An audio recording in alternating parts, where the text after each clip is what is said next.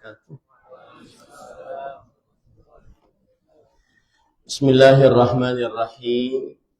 Innal hamdalillah nahmaduhu wa nasta'inuhu wa nastaghfiruh wa na'udzu billahi min shururi anfusina wa sayyiati a'malina.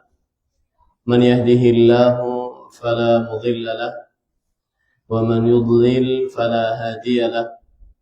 وأشهد أن لا إله إلا الله وحده لا شريك له وأشهد أن محمدا عبده ورسوله.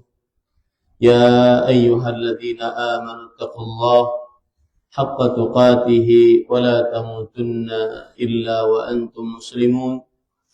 يا أيها الناس اتقوا ربكم الذي خلقكم من نفس واحدة وخلق منها زوجها وبث منهما رجالا كثيرا ونساء واتقوا الله الذي تساءلون به والأرحام إن الله كان عليكم رقيبا. يا أيها الذين آمنوا اتقوا الله وقولوا قولا سديدا يصلح لكم أعمالكم ويغفر لكم ذنوبكم ومن يطع الله ورسوله فقد فاز فوزا عظيما. أما بعد فإن أصدق الحديث كتاب الله وأحسن الهدي هدي محمد صلى الله عليه وعلى آله وسلم وشر الأمور محدثاتها وكل محدثة بدعة وكل بدعة ضلالة wa kulla dhalalatin finnar. Alhamdulillah, kita bersyukur pada Allah Subhanahu wa taala pada hari ini, hari Jumat malam Sabtu, malam yang ke-20 Dzulhijjah 1447 Hijriah, bertepatan dengan 5 Juni 2026. Kita dimudahkan oleh Allah Subhanahu wa taala untuk duduk bersama di Musalla Al-Hanif, Kabupaten Mojokerto, Provinsi Jawa Timur, dalam sebuah kajian Islam ilmiah tematik dengan tema Allah Al-Qarib, Allah Maha Dekat. Salawat dan salam semoga selalu Allah berikan kepada Nabi kita Muhammad sallallahu alaihi wa ala alihi wasallam, pada keluarga beliau, para sahabat, serta orang-orang yang mengikuti beliau sampai hari kiamat kelak. Dengan nama-nama Allah yang husna dan sifat-sifat yang ulia, kita berdoa, Allahumma inna nas'aluka ilman nafi'an wa rizqan tayyiban wa amalan mutaqabbala. Allahumma amin. Ahibati fillah, afani Allah wa iyyakum, Bapak Ibu, saudara-saudari jamaah Musalla Al-Hanif Mojokerto yang saya cintai karena Allah. Semoga Allah Subhanahu wa taala selalu memberikan afiat dan keberkahannya kepada kita seluruhnya. Pada kesempatan kali ini kita membahas tentang salah satu dari nama Allah Subhanahu wa taala. Dan dari nama tersebut kita ambil salah satu sifat Allah Subhanahu wa taala. Di dalam Al-Quran, Allah Subhanahu wa taala menyebutkan salah satu namanya adalah Al-Qarib, yang maha dekat. Dan kata Al-Qarib di dalam Al-Quran disebutkan oleh Allah Subhanahu wa taala sekitar 26 kata atau 26 kali. Qarib disebutkan oleh Allah dalam Al-Quran sekitar 26 kali. Dan ada beberapa ayat yang menunjukkan akan hal itu, di antaranya surat Al-Baqarah ayat 186, wa idza sa'alaka 'ibadi 'anni fa inni qarib ujibu da'watad da'i idza da'an falyastajibu li wal yu'minu bi la'allahum yarshudun. Jika hamba-hambaku bertanya kepadamu tentang aku, maka sesungguhnya aku adalah qarib. Aku adalah maha dekat. Aku akan mengabulkan doa orang yang berdoa kepadaku jika ia berdoa kepadaku. Maka berdoalah kalian kepadaku dan berimanlah kalian kepadaku agar kalian mendapat petunjuk. Begitu juga disebutkan oleh Allah Subhanahu wa taala di dalam Al-Qur'an tentang qarib yang berkaitan dengan sifat Allah Subhanahu wa taala atau nama Allah Subhanahu wa taala. Di antaranya adalah Allah berfirman di dalam Al-Qur'an pada ayat surat Saba ayat 50. Qul in dhalaltu fa innama adhillu ala nafsi. Katakanlah wahai Muhammad, jika aku sesat, sesungguhnya aku telah menyesatkan atas diriku sendiri. Wa in ihtadaitu fa bima yuhi ilayya rabbi.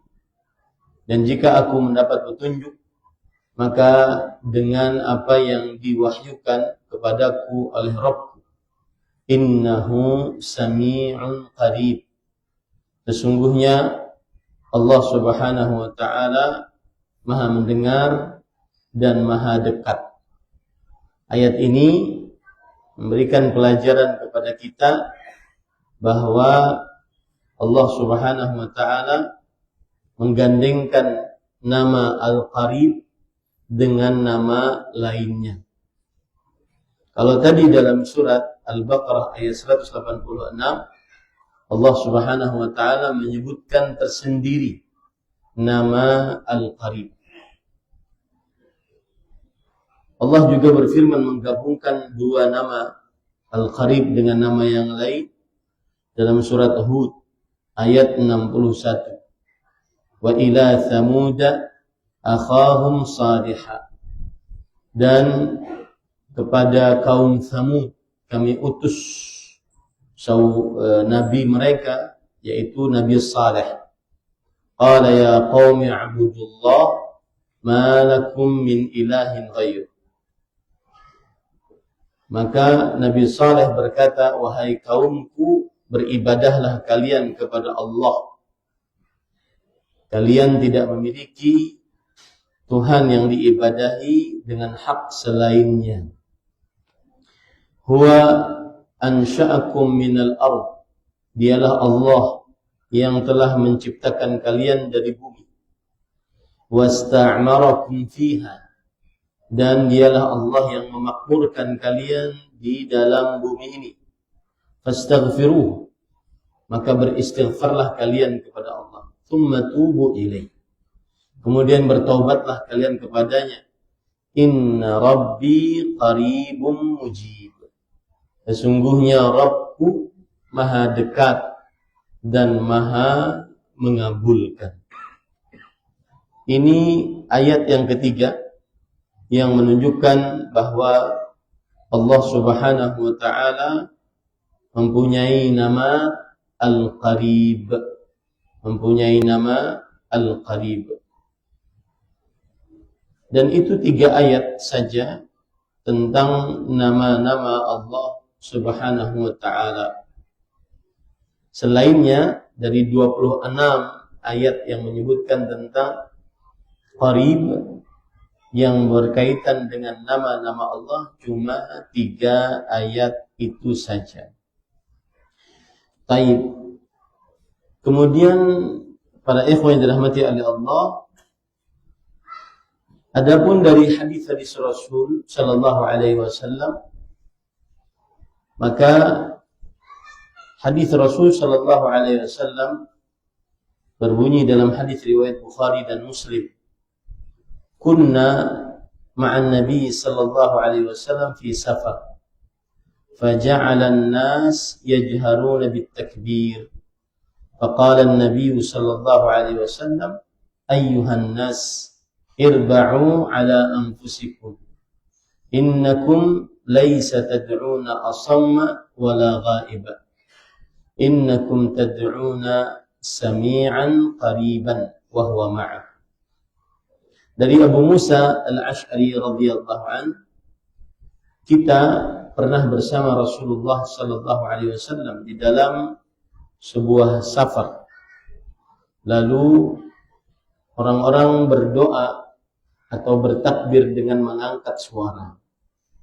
Lalu Nabi Muhammad sallallahu alaihi wasallam bersabda, "Wahai manusia, irba'u anfusak ala anfusikum." Kasihani diri kalian. Berlembah lembutlah terhadap diri kalian. Jangan mengangkat suara. Sesungguhnya kalian tidak berdoa kepada asam, yang buta, yang bisu dan ghaib, yang tidak ada. Innakum tad'una sami'an qarib. Sesungguhnya kalian berdoa kepada yang maha mendengar dan maha dekat. Wa huwa ma'akum, dan dia bersama kalian, yaitu Allah subhanahu wa ta'ala. Ini menunjukkan bahwasanya Allah subhanahu wa ta'ala memiliki nama Al-Qarib. Allah subhanahu wa ta'ala memiliki nama Al-Qarib. Begitu juga di dalam hadis yang lain, yaitu dalam hadis yang diriwayatkan oleh Imam Muslim dari Abu Dzar radhiyallahu anhu, yaqulu Allah azza wa jalla, "Wa man taqarraba minni shibran taqarrabtu minhu dhira'an." Yang artinya Allah azza wa jalla berfirman, siapa saja yang mendekatkan dariku, mendekatkan dirinya kepadaku 1 jengkal, maka aku akan dekatkan dirinya darinya 1 hasta. Dan barang siapa 1 lengan, dira', 1 lengan ini dira'. Dan barang siapa yang mendekatkan dariku 1 lengan, aku akan dekatkan diriku dengannya 1 hasta. Ini 1 ba'. Ini hadis menunjukkan bahwa Allah subhanahu wa ta'ala ada perbuatan Allah, yaitu maha dekat, mendekat kepada hamba-hambanya.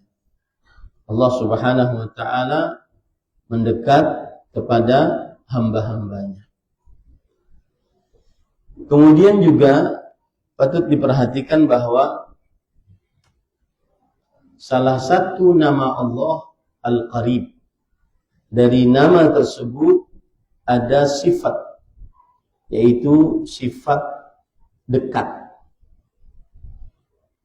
Nama Allah adalah Al-Qarib. Sifat Allah adalah Al-Qurb, dekat. Dan juga salah satu sifat Allah adalah At-Taqarrub, mendekat. Dan salah satu sifat Allah juga Ad-Dunu. Ad-Dunu dalam bahasa Indonesia juga dekat. Coba perhatikan hadis riwayat Imam Muslim dari Aisyah radhiyallahu anha.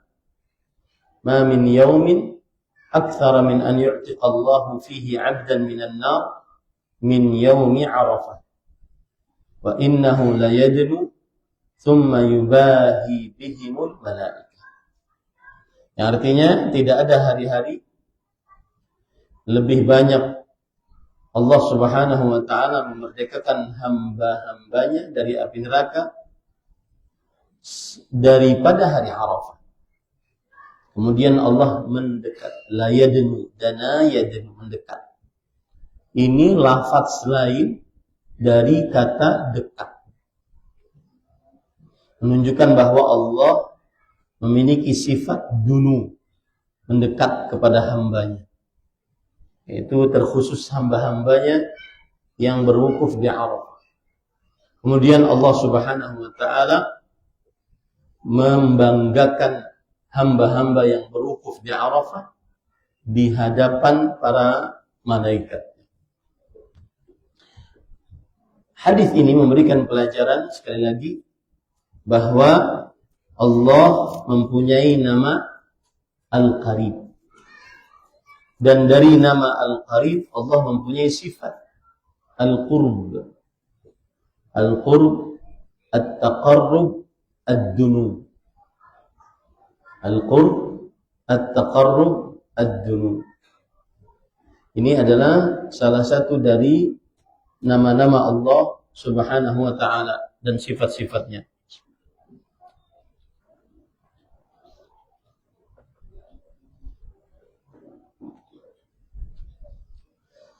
Bisa dipahami ya? Ini nama Allah Subhanahu wa taala Al-Qarib. Para ulama mengatakan dari semua sifat nama Allah pasti ada sifatnya. Saya ambil contoh misalkan Bismillahirrahmanirrahim. Di situ ada 3 nama Allah, yaitu Allah, Ar-Rahman, Ar-Rahim. Dari kata atau lafzul jalalah, lafaz yang agung Allah, maka ada sifat yang dimiliki oleh Allah. Allah adalah nama. Dari nama ini diambil sifat Allah. Sifat Allah yaitu al-uluhiyah. Artinya ibadah. Allah zat yang diibadahi.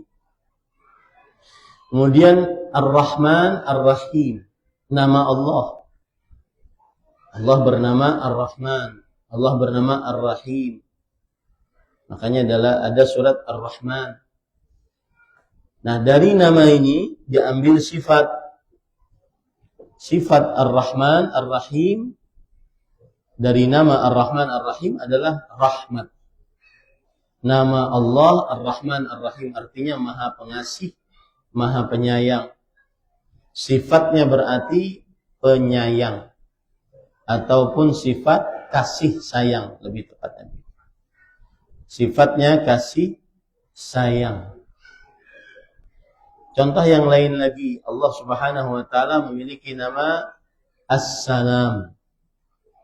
Allah memiliki nama As-Salam, yang Maha Selamat.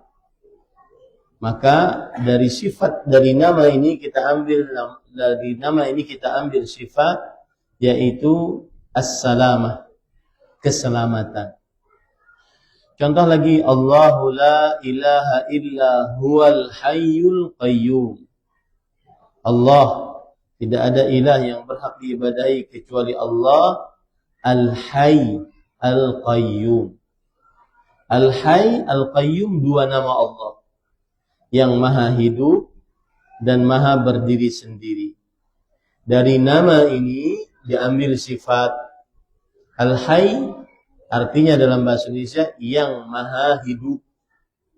Sifatnya adalah kehidupan. Allah memiliki kehidupan. Al-Qayyum, yang maha berdiri sendiri. Itu nama. Diambil dari nama ini sifat, yaitu Al-Qayyumiyah, berdiri sendiri. Lebih mudahnya lagi, Allah Sami'un Basir. Allah itu maha mendengar, maha melihat. Itu nama Allah As-Sami' Al-Basir. Itu nama Allah Subhanahu wa taala. Dari nama ini diambil sifat. Allah yang maha mendengar berarti mempunyai sama', mempunyai pendengaran. Tidak seperti orang-orang ahlul kalam, Asy'ariyah di antaranya yang mengatakan bahwa Allah Subhanahu wa taala mempunyai pendengaran tanpa mendengar. Allah maha mendengar tanpa pendengaran. Allah maha melihat tanpa penglihatan. Allah maha melihat tanpa penglihatan. Kalau Ahlus Sunnah wal Jamaah tidak. Allah mengatakan Allah maha mendengar, Allah maha melihat. Itu nama Allah. Diambil dari nama tersebut bahwa Allah mempunyai pendengaran, Allah mempunyai penglihatan. Bisa dipahami ya? Begitu juga Al-Qarib. Al-Qarib nama Allah yang maha dekat. Maha dekat. Itu nama. Seperti saya, namanya Ahmad Zainuddin. Nama saya. Sifat-sifat saya apa? 1, 2, 3, 4, 5. Wajahnya begini, hidungnya begini. Kemudian matanya begini, kakinya. Itu sifat. Namanya saya Ahmad Zainuddin. Nah, Allah mempunyai nama. Nama-nama Allah yang saya sebutkan tadi. Salah satu dari nama Allah Al-Qarib. Yang maha dekat. Nah, nama ini mempunyai sifat. Sifatnya itu Al-Qurb, kedekatan. At-Taqarrub, mendekat. Ad-Dunu, yaitu mendekat juga dalam bahasa Indonesia. Kenapa Ustadz kita membahas dengan begitu detail lafaz-lafaz ini? Ini menunjukkan bahwa Ahlus Sunnah wal Jamaah di dalam nama-nama dan sifat-sifat Allah Subhanahu wa taala itu sangat-sangat hati-hati. Tidak meletakkan nama untuk Allah kecuali yang dinamai oleh Allah dirinya atasnya. Tidak memberikan nama untuk Allah kecuali yang Rasulullah sallallahu alaihi wasallam memberikan nama Allah kepada Allah Subhanahu wa taala. Tidak mensifati Allah dengan sifat-sifat kecuali ada dalilnya. Tidak memberi nama Allah kecuali dengan ada dalilnya. Contoh misalkan, ada orang mengatakan Allah itu keren. Allah itu gaul. Nah, ini enggak pantas. Tidak layak berbicara tentang nama dan sifat Allah kecuali berdasarkan Al-Quran dan hadis. Meskipun dia dalam keadaan tidak ingin mengolok-olok Allah Subhanahu wa taala. Paham ini ya? Makanya dari tadi saya sangat concern terhadap apa yang disebutkan di dalam ayat Al-Quran atau hadis Rasulullah SAW. Yaitu Allah Subhanahu wa taala mempunyai nama Al-Qarib. Yang maha dekat, itu nama Allah. Nama Allah itu banyak. Walillahil asma'ul husna. Dan hanya Allah yang memiliki nama-nama yang husna. Nama Allah banyak. Zatnya satu. Itu Allah. Tapi namanya banyak. Dan ini menunjukkan kemuliaan Allah Subhanahu. Karena para ulama mengatakan kathratul asma tadullu ala syarafil musamma. Banyaknya nama menunjukkan kepada mulianya yang memiliki nama tersebut. Contoh Nabi kita Muhammad sallallahu alaihi wasallam. Namanya banyak. Ahmad, Muhammad, Al-Mahi, Al-Aqib, Al-Ashir, Nabiul Rahmah, Nabiul Taubah. Nama-nama Nabi Muhammad SAW. Banyaknya nama menunjukkan kepada mulianya yang diberi nama. Contoh kota Makkah. Makkah banyak namanya. Makkah, Bakkah, Al-Baitul Atiq, Al-Ka'bah Al-Musharrafah. Al-Masjidil Haram. Nama-nama Mekah banyak. Menunjukkan kepada kemuliaan kota Mekah tersebut. Madinah juga demikian. Madinah, Thabah, Taibah, Al-Madinah, kemudian Al-Hisnul Hasin, Darul Iman, Darul Hijrah. Itu semua nama-nama untuk kota Madinah yang menunjukkan kepada kemuliaan kota Madinah tersebut. Karena kaedahnya tadi, kathratul asma tadullu ala syarafi al-musamma.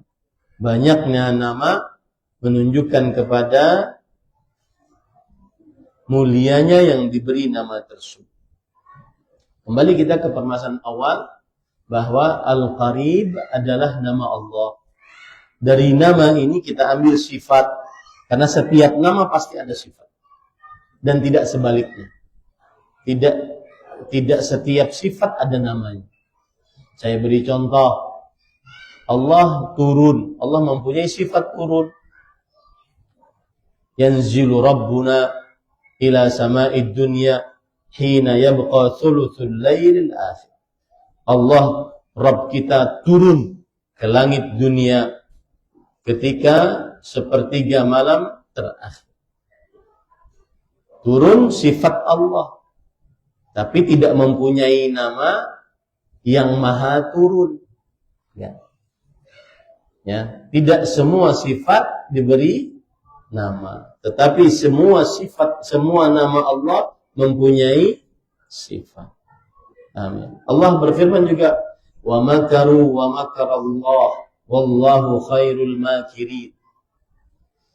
Mereka berbuat makar dan Allah membalas makar mereka. Berarti Allah punya sifat berbuat makar karena membalas makar mereka. Orang-orang kafir, sifat Allah. Tetapi apakah kemudian Allah mempunyai nama Al-Makir? Yang maha membuat makar? Jadi setiap nama diambil sifat.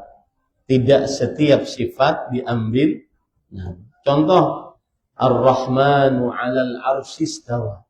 Allah yang maha pengasih beristiwa di atas arsy. Istiwa sifat. Sifat fi'liyah. Sifat perbuatan Allah subhanahu wa ta'ala. Apakah Allah subhanahu wa ta'ala dinamai dengan Al-Mustawi? Tidak.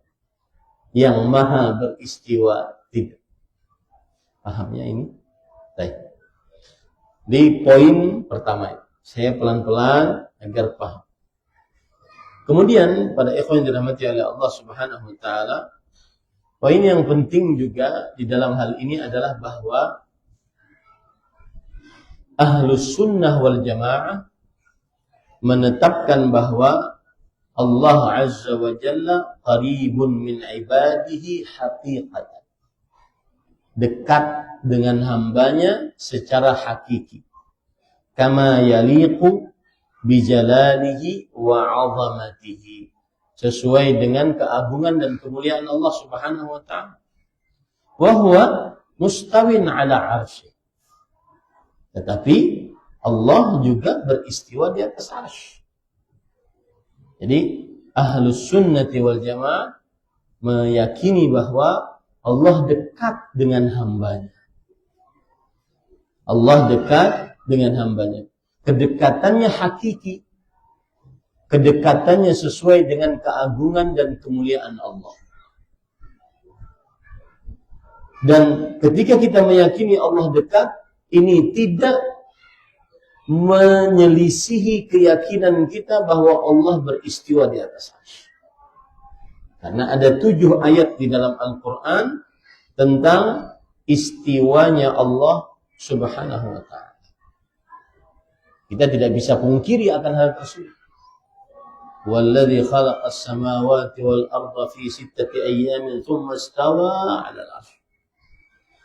Dialah Allah yang telah menciptakan langit dan bumi dalam 6 hari. Kemudian Allah beristiwa di atas arsy. Ya, 7 ayat yang semisal dengan itu dalam Al-Quran. Kita tidak bisa mengingkari ayat-ayat tersebut karena itu ayat Al-Quran. Maka kita katakan keyakinan Ahlus Sunnah wal Jamaah meyakini bahwa Allah Subhanahu wa ta'ala maha dekat dengan hambanya secara hakiki, sesuai dengan keagungan dan kemuliaan Allah Subhanahu wa ta'ala. Dan meskipun Allah maha dekat dengan hambanya, Allah tetap beristiwa di atas arsy. Kemudian ada tambahannya, ba'inun min khalqih. Allah terlepas dari hambanya, terpisah dari hambanya. Jadi ketika kita katakan Allah maha dekat, bukan berarti Allah mumasat bil makhluk, bersentuhan dengan makhluk. Bukan berarti Allah bersentuhan dengan makhluk. Ba'inun min khalqih. Begitu kata para ulama. Berpisah dari makhluk-makhluknya. Ini para ikhwan dirahmati oleh Allah Subhanahu wa ta'ala. Kemudian para ikhwan yang dirahmati oleh Allah Subhanahu wa ta'ala, itu yang harus kita pahami baik-baik. Lafaz-lafaz tadi jangan sampai salah. Ahlus Sunnah wal Jamaah meyakini bahwa Allah maha dekat dengan hambanya secara hakiki. Itu satu. Kedekatan Allah dengan hambanya sesuai dengan keagungan dan kemuliaan Allah Subhanahu wa ta'ala. Itu 2. Kedekatan Allah dengan hambanya tidak menyelisih keyakinan kita bahwa Allah beristiwa di atas arsy. Itu 3. Yang keempat, kedekatan Allah dengan hambanya adalah tidak menjadikan seorang hamba bersentuhan dengan Allah. Tidak mengkonsekuensikan seorang hamba bersentuhan dengan Allah Subhanahu wa ta'ala. 4 poin itu yang harus dipahami baik-baik. Ya. Siapa yang bisa mengulang? Nah, Ahlus Sunnah wal Jamaah meyakini tentang kedekatan Allah dalam 4 perkara. Nah, siapa yang bisa mengulang? Gak apa-apa. Yang salah nggak dikasih pusat.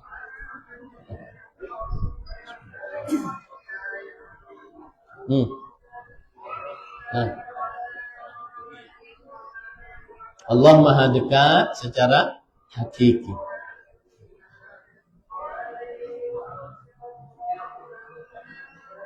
Belakangnya yang mau jawabkan.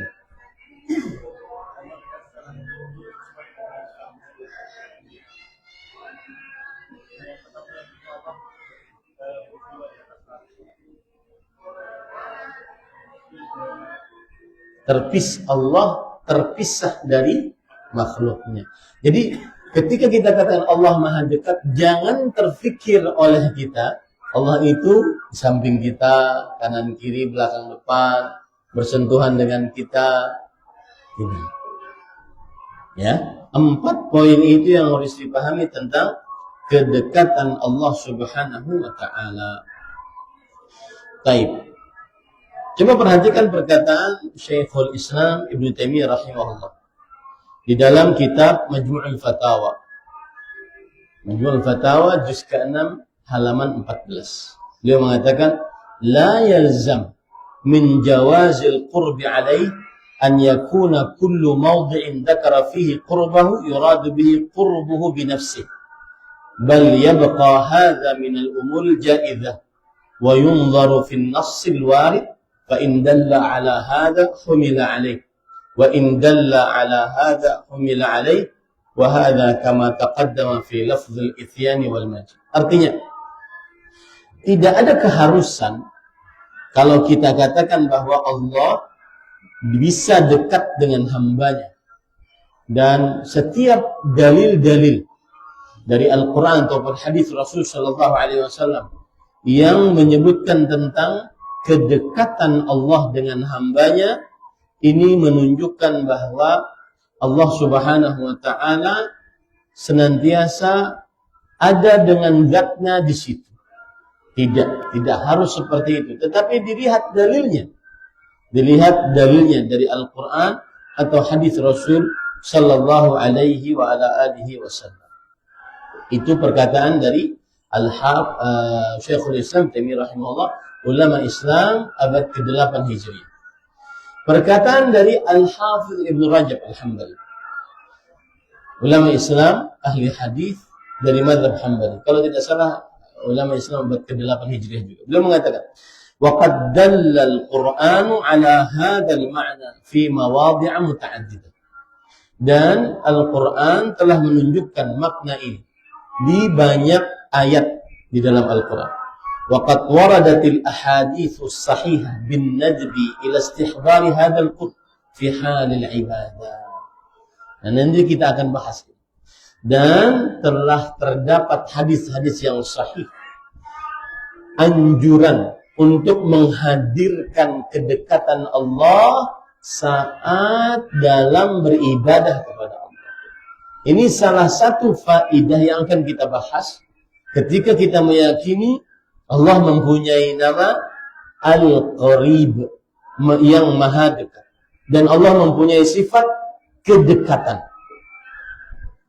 Salah satu faedahnya adalah saat kita beribadah, sholat misalkan, jadi imam misalkan, jadi adzan, muadzin misalkan, baca Quran, berdoa, berzikir, ibadah apapun, maka hadirkan di dalam qalbu kedekatan Allah Subhanahu. Kedekatan Allah Subhanahu wa taala. Faman fahima min syai'in hadhihi nusus tashbihan aw hululan aw ittihadan fa innama utiya bijahli. Nah, ini perhatikan.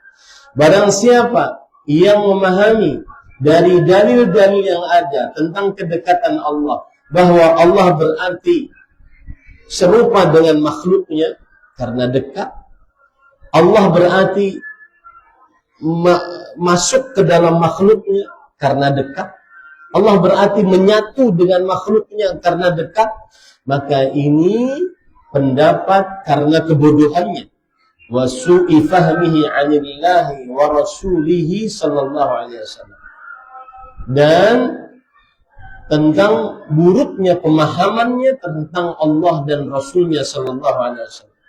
Wallahu wa rasuluhu bari'ani min dzalika kulli.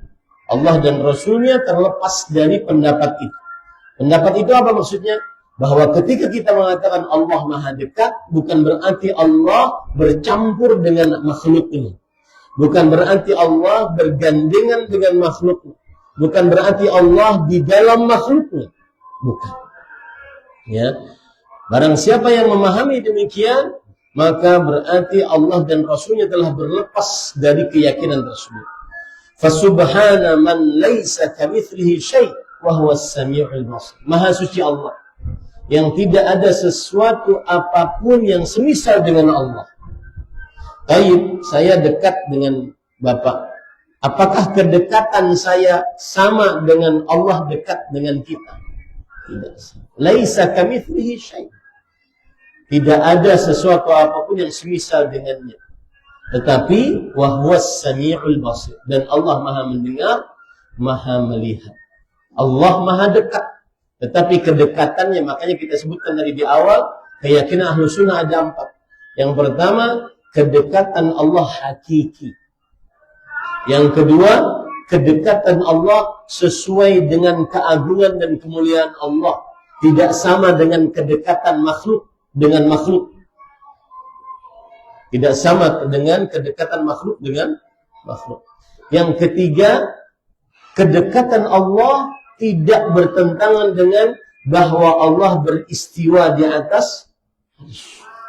Yang keempat, kedekatan Allah tidak bertentangan dengan bahwa Allah Subhanahu wa taala terpisah dari makhluknya. Allah terpisah dari makhluknya. Ini keyakinan Ahlus Sunnati wal Jamaah. Nanti setelah sholat isya atau adzan isya dulu, setelah adzan kita akan membahas apa faidah ketika meyakini Allah Maha Dekat. Dan ini adalah konsekuensi dari keyakinan kita tentang pengenalan kita terhadap Allah. Jadi kalau boleh dikata, kita ini sekarang sebenarnya belajar ma'rifatullah, mengenal Allah. Cuma mengenal Allah yang benar, bukan ma'rifat Allah yang akhirnya menyebabkan ujung-ujungnya mengakibatkan sholatnya jadi libur karena sudah sampai kepada derajat hakikat ma'rifat. Tidak, kita tidak seperti itu. Kita sekarang lebih mengenal Allah Subhanahu wa ta'ala. Bahwa salah satu pengenalan kita terhadap Allah yaitu Allah Maha Dekat. Kira-kira apa saja yang kita ambil pelajaran tentang kedekatan Allah Subhanahu wa ta'ala?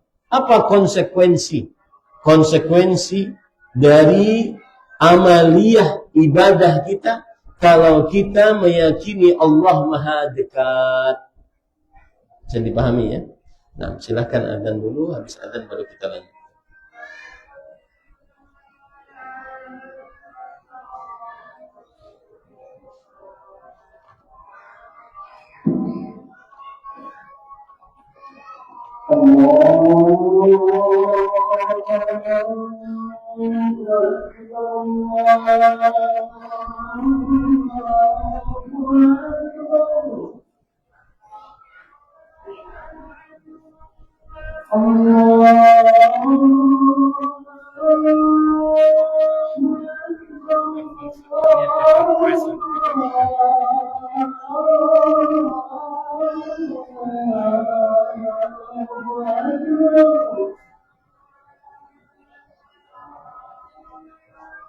أشهد أن لا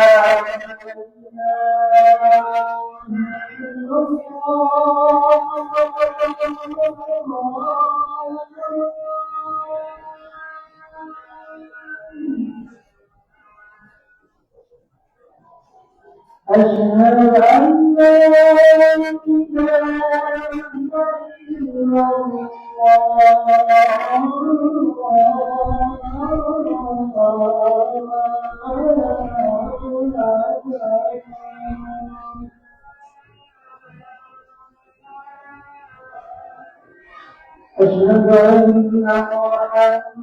محمدا رسول الله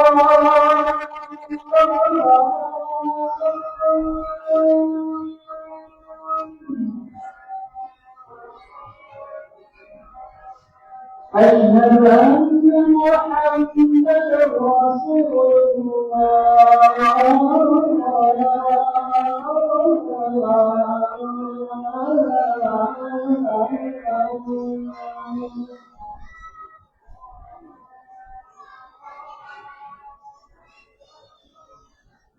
حي على لا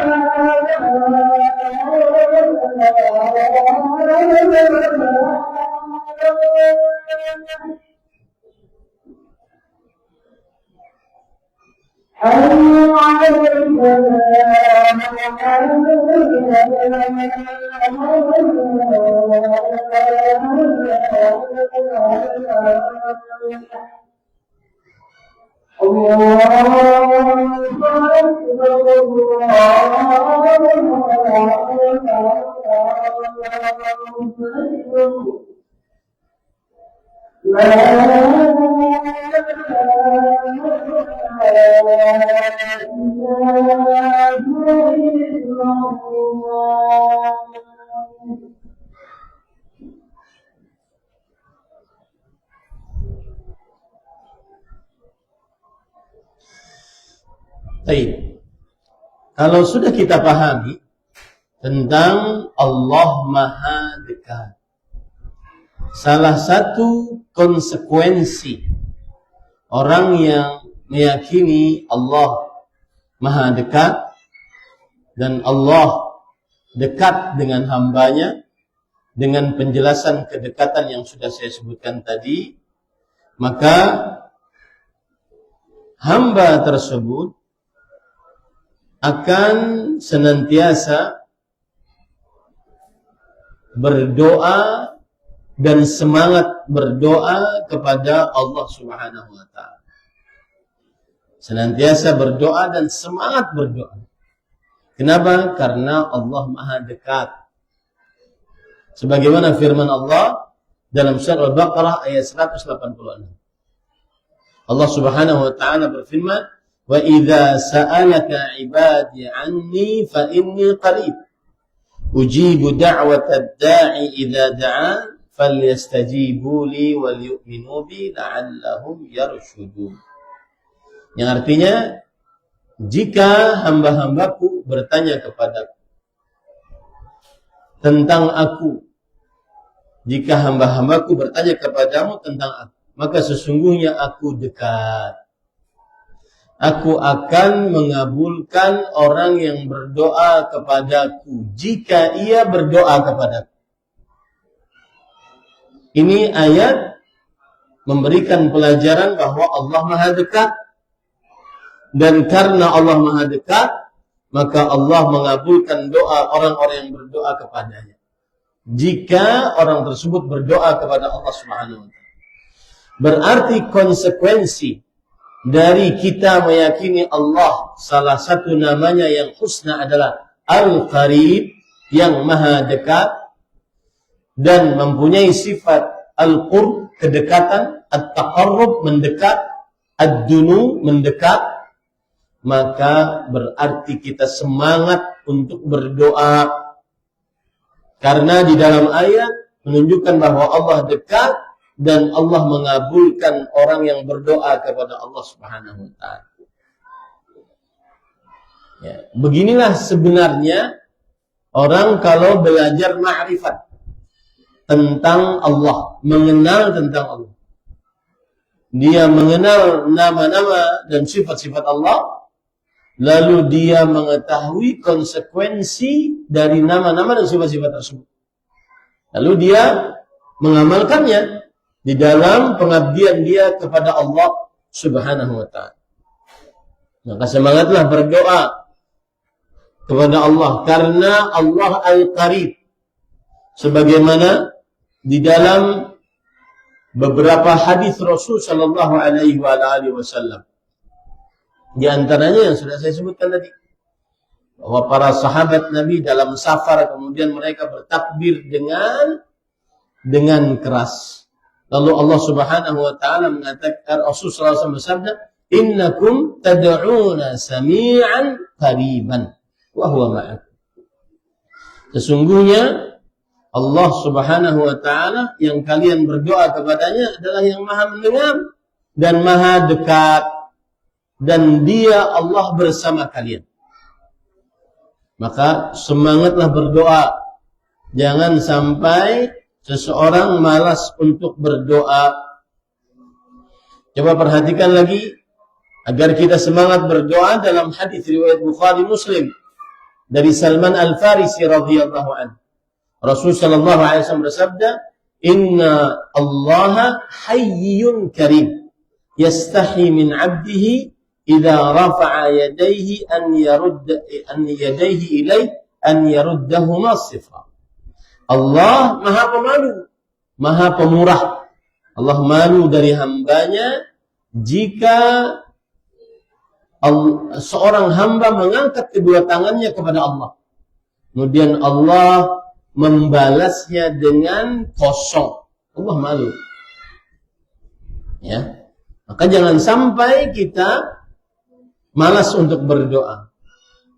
Kemudian juga Allah Subhanahu wa taala berfirman, Rasul sallallahu alaihi wasallam bersabda dalam hadis riwayat Imam Ahmad, "Ma min muslimin yad'u bid'awah laisa fiha ithmun wala qati'atu rahim illa a'tahu Allah biha ihda thalath. Tidaklah seorang muslim berdoa dengan sebuah doa, tidak ada di dalam doanya tersebut dosa atau memutuskan hubungan rahim, melainkan Allah akan memberikan kepadanya dengan doanya tersebut salah satu dari 3 perkara. Imma an tu'ajjala lahu da'watu, doanya dikabulkan dengan segera untuknya. 1. Wa imma an yudakhiraha lahu fil akhirah, doanya disimpan oleh Allah untuknya pengabulannya di akhirat. Wa imma an yasrifa anhu minas su'i mithlaha, atau yang ketiga, Allah menghilangkan darinya keburukan yang semisal dari apa yang ia sebutkan di dalam doanya. Maka kemudian para sahabat mengatakan, termotivasi ketika mendapatkan hadis ini tentang doa, para sahabat mengatakan, idzan nuksir, kalau begitu kita banyak berdoa. Ya, idzan nuksir, kalau begitu kita banyak berdoa. Maka Rasul sallallahu alaihi wasallam bersabda, Allahu aktsar, Allah lebih banyak pengabulan doanya. Nah, ini hadis tentang doa yang merupakan konsekuensi dari kita ma'rifatullah, mengenal Allah, bahwa Allah al-qarib, maha dekat. Allah maha dekat dengan hambanya. Konsekuensinya seorang hamba senantiasa semangat berdoa, jangan sampai tidak semangat berdoa. Para ikhwah yang dirahmati oleh Allah Subhanahu wa taala,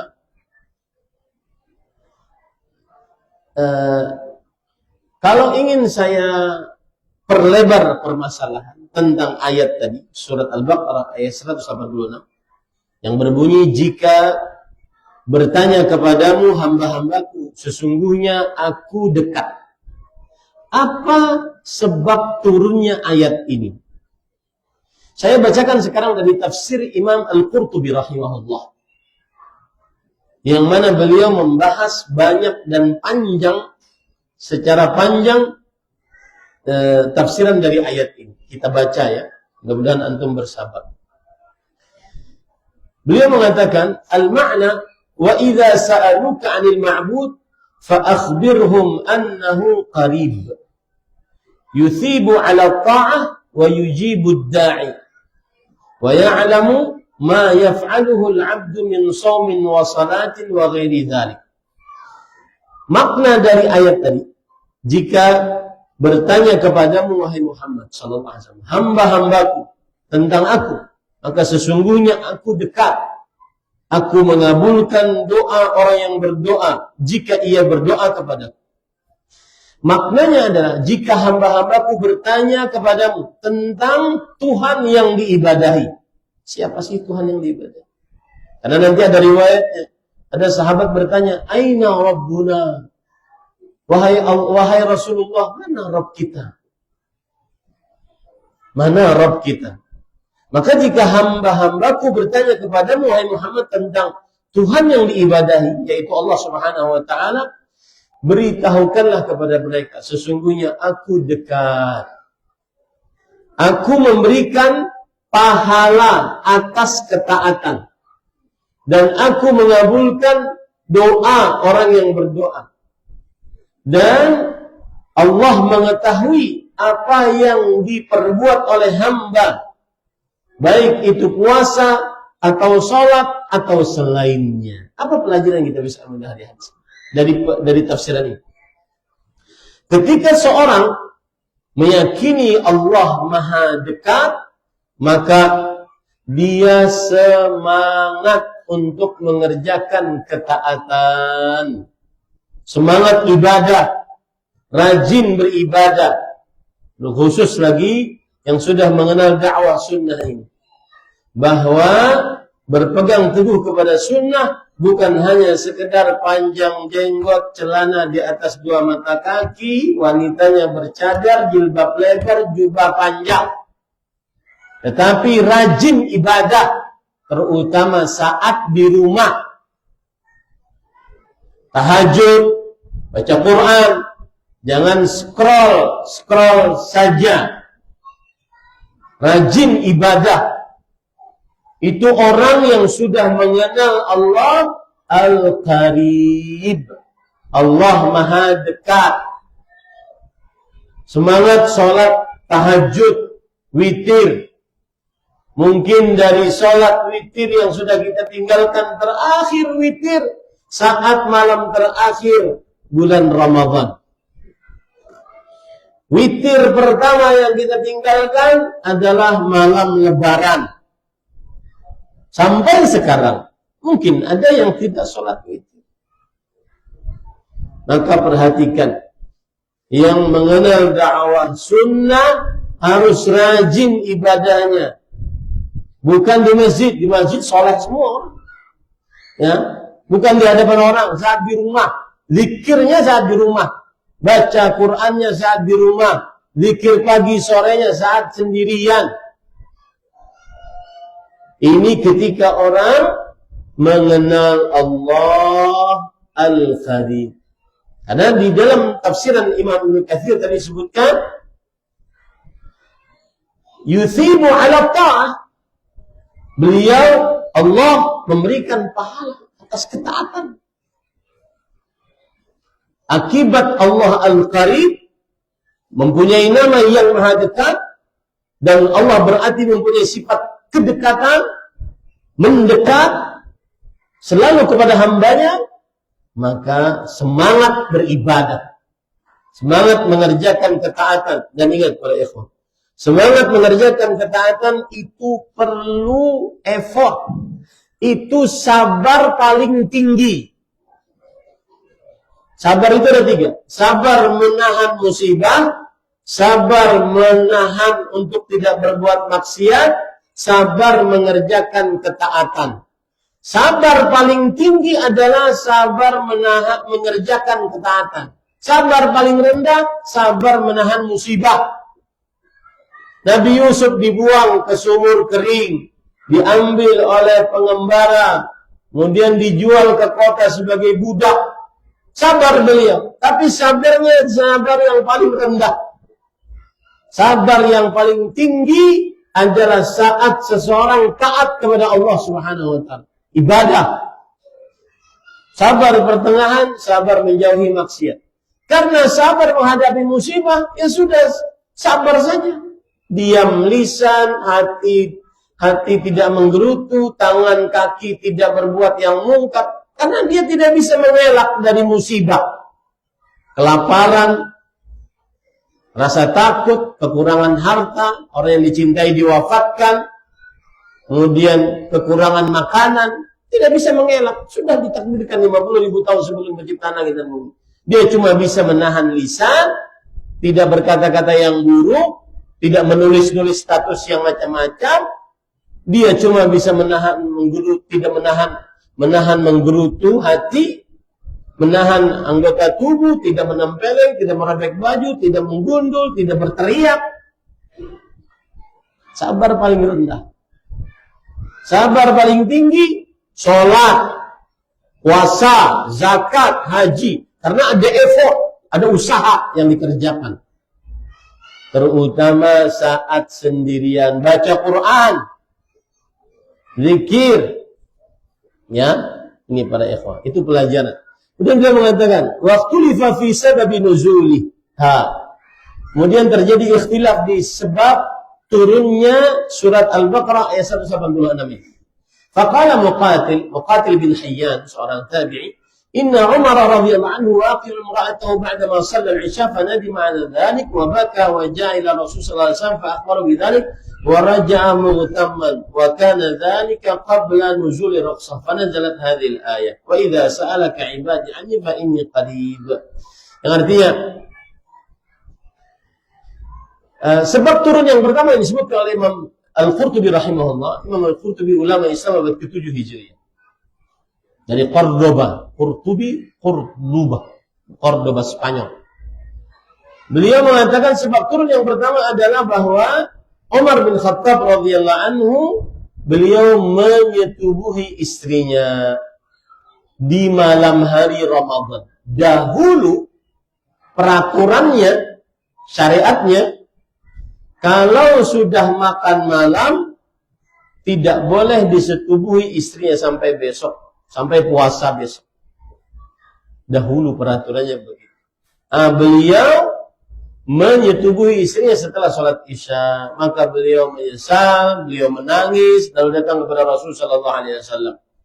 Lalu beliau beritahukan kepada Rasul sallallahu alaihi wasallam. Lalu beliau pulang dalam keadaan penuh resah.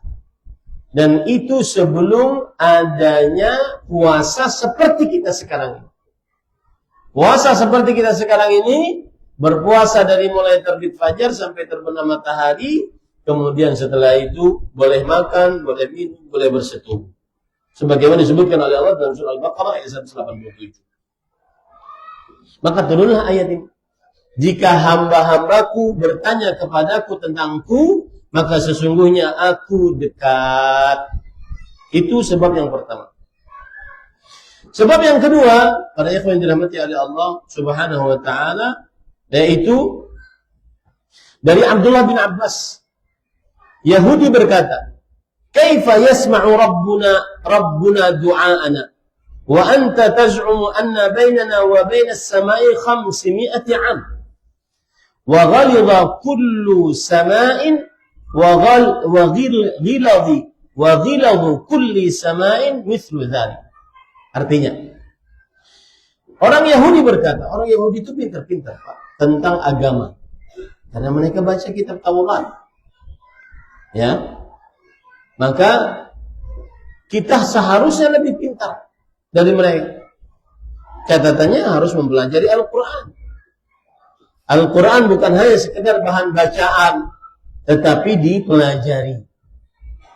Sayangnya sekarang beda, Al-Quran hanya sekedar bahan bacaan, bahan hafalan. Sebagaimana perkataan Al-Fudail bin Iyad rahimahullah, "Inna Allah anzal Quran liyu'mala bih, fattakhadha an-nasu tilawatahu 'amalan." Sesungguhnya Allah menurunkan Al-Quran untuk diamalkan. Lalu orang-orang menjadikan amalannya sebagai bacaannya sebagai amalan. Al-Quran itu diturunkan untuk diamalkan, dipahami, dibaca, dipahami, lalu diamalkan hukum-hukum. Nah, orang Yahudi bertanya kepada Rasul sallallahu alaihi wasallam, "Wahai Rasulullah, kok bisa Rabb kita mendengar doa kita? Padahal engkau mengatakan bahwa antara kita dengan langit itu 500 tahun. Langit dunia maksudnya. Kemudian setiap langit, ada langit dunia, itu 1, 2, 3. Setiap langit tebalnya itu 500 tahun. Dan Allah di atas arsy di atas langit. Bagaimana bisa Allah mendengar doa kita?" Ini pertanyaan orang Yahudi. Jadi gini Pak, kita ini di bumi. Di samping-samping bumi ada planet-planet. Planet Saturnus, matahari, bulan, dan seterusnya. Kumpulan planet itu terkumpul dalam salah satu dalam galaksi yang disebut dengan bahasa Indonesianya galaksi Bima Sakti, Milky Way. Galaksi Bima Sakti kumpulan planet-planet yang begitu banyak. Dan seperti galaksi ini miliaran di atas langit sana. Dan galaksi-galaksi ini dalam sebuah diatapi oleh sebuah langit namanya langit dunia. Di atas langit dunia ada langit pertama. Jarak antara langit dunia dengan langit pertama itu 500 tahun perjalanan. Burung terbang 500 tahun dari Mojokerto sampai mana kita tahu. Sampai ke langit 1. Tebalnya langit 1 itu 500 tahun perjalanan. Antara langit 1 dengan langit 2 500 tahun perjalanan. Tebalnya langit 2 500 tahun perjalanan. antara langit 2 dan langit 3 500 tahun perjalanan, tebalnya langit 3 500 tahun perjalanan. Terus seperti itu sampai kepada langit 7. Di atas langit 7 ada kursi. Di atas kursi ada arsy. Perbandingan kursi dengan 7 langit seperti wajan besar dimasukkan 7 cincin atau 7 koin yang kecil. Ngapain ente sombong? Ngapain sombong itu? Kita ini makhluk kecil sekali. 7 langit itu dibandingkan dengan kursinya Allah, wasi'a kursiyyuhus samawati wal ardh. Kursinya Allah meliputi langit dan bumi.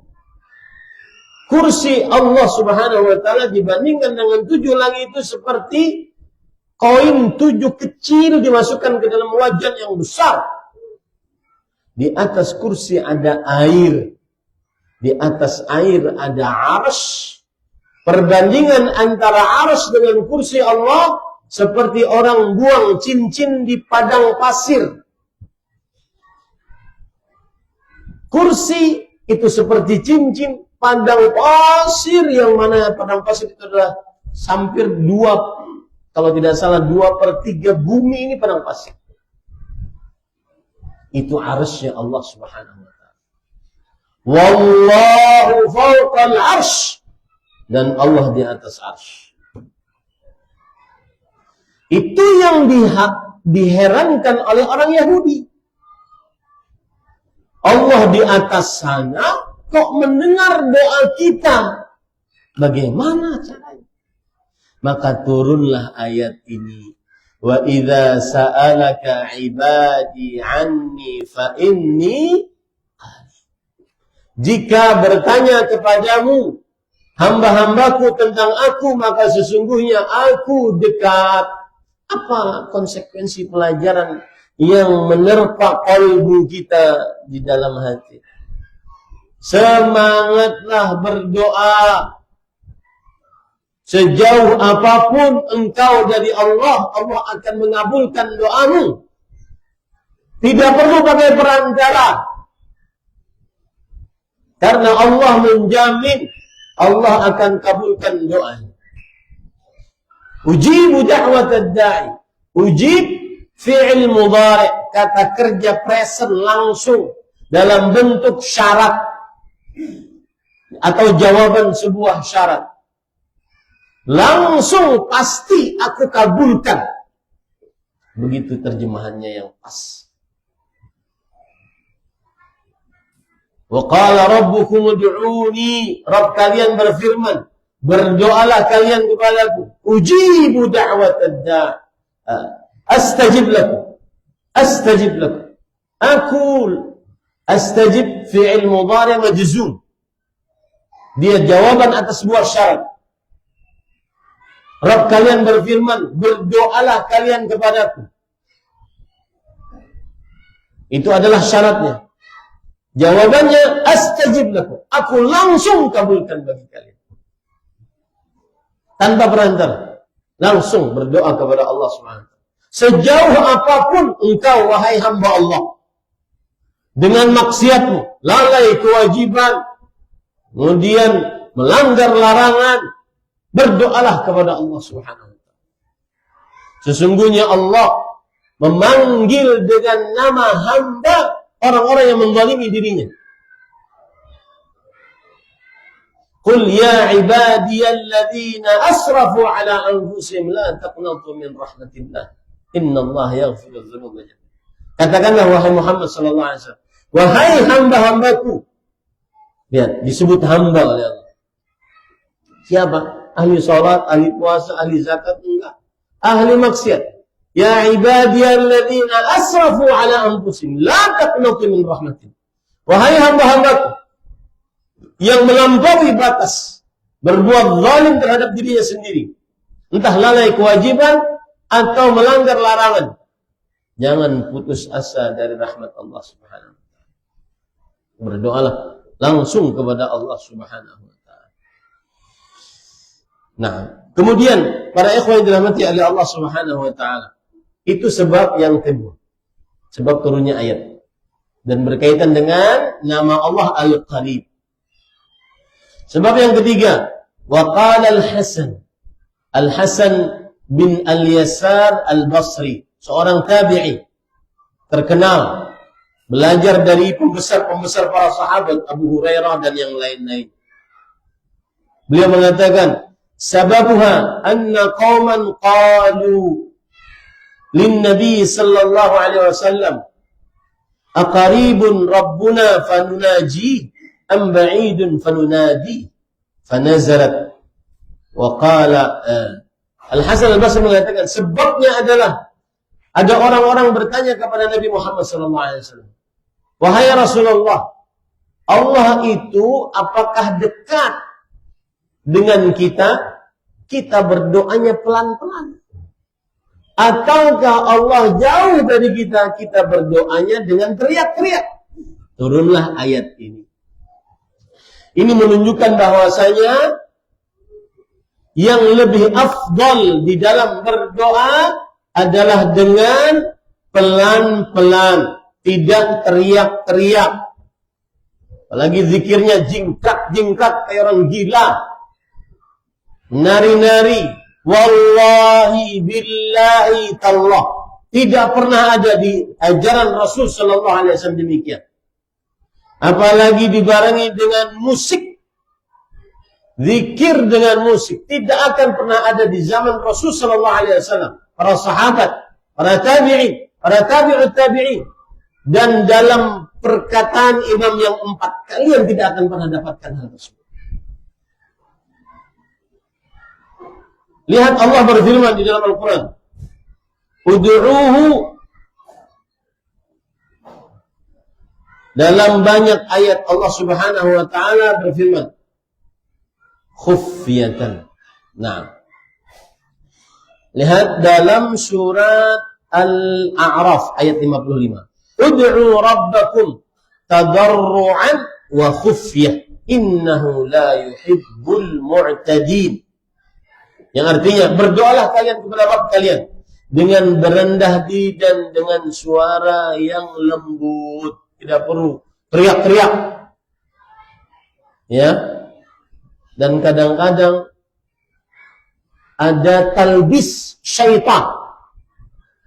Pengelabuan syaitan. Misalkan nih kita dalam ruangan musalla ini, kemudian teriak bersama-sama, seragam, kemudian terjadilah keseimbangan suara, mulailah rasa menggetar di dalam hati. Akhirnya menangis, menganggap itu benar. Coba bayangkan, dalam sebuah masjid besar misalkan. Kemudian berjamaah berzikir. Mulailah menggetar di dalam kalbu. Kemudian menggebalah zikir tersebut. Seakan-akan itu disyariatkan. Akhirnya menangis. Seakan-akan itu dikabulkan. Padahal belum ada contohnya dari Rasul sallallahu alaihi wasallam. Dan bisyaitan. Ini para ikhwan khufi. Jadi pelajaran dari nama Allah Al-Qarib, Allah Maha Dekat, berdoalah dengan khufyah, dengan suara yang lembut, suara yang lirih, suara yang dengan munajat. Makanya disebut dengan munajat. Munajat itu artinya adalah berdoa dengan suara yang lirih, tidak perlu teriak-teriak, apalagi dibarengi dengan dangdut, musik dangdut. Tak perlu teriak-teriak. Soldut, solawat dangdut. Wallahi tidak akan pernah ada di zaman Rasul sallallahu alaihi wasallam. Contoh yang lain lagi, para ikhwan yang dirahmati oleh Allah Subhanahu wa taala. Allah Subhanahu wa taala berfirman dalam surat Al-An'am ayat 63. Qul, katakan wahai Muhammad, man yunajjikum min dhulumatil barri wal bahr. Siapa yang menyelamatkan kalian dari kegelapan daratan dan lautan? tad'unahu tadarruan wa khufya. Kamu berdoa kepadanya penuh dengan rendah diri dan khufyah, dengan suara yang lirih lembut. Berdoa dengan suara yang lirih, tidak perlu harus teriak-teriak. Karena Allah apa tadi? Maha dekat. Karena Allah Subhanahu wa taala Maha dekat. Ini pelajaran dari sebab turunnya ayat ini, para ikhwan dirahmati oleh Allah Subhanahu. Makanya Nabi Zakaria yang sudah tua renta, dan ini juga termasuk daripada motivasi untuk berdoa. Walaupun dianggap manusia mustahil, berdoalah. Karena tidak ada yang mustahil di dalam kuasa Allah Subhanahu wa ta'ala. Berdoalah. Nabi Zakaria alaihi salam, beliau dalam keadaan lemah.